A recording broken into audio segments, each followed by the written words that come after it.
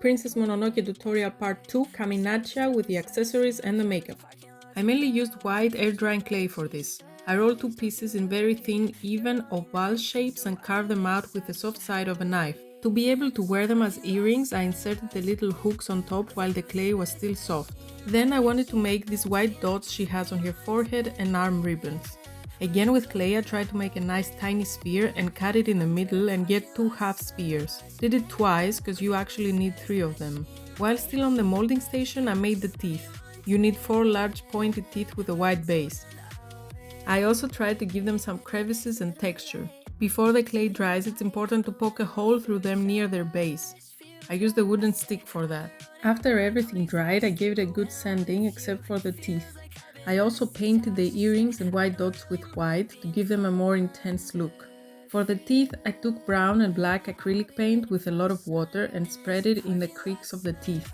Using my fingers, I tried to get some of the extra paint away. In the end, I covered them with white to minimize the dirt and keep it only in the deep crevices.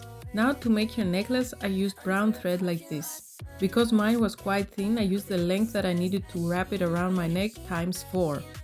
I passed the thread through all the teeth and glued it into a loop on one side so I can tie the other end with it. I used hot glue to unite the individual threads in one thick piece and stuck each tooth in its right positions because you don't want them to fall in the center all the time. For the ribbons around her arms I used the same one as her forehead. I measured around my arms right under my shoulders, cut and glued the ribbon. Better to measure the length while your arm is flexed. Later I used some lash glue on my skin to make sure these pieces stay in place and don't drop down.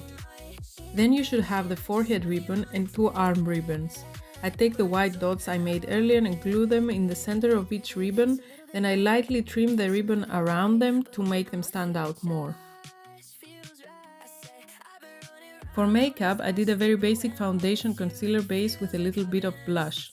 For the eyeliner, I tried to keep it very thin and simple, she doesn't seem to be wearing any. On the tip, I tried to give the impression of 2 eyelash hairs.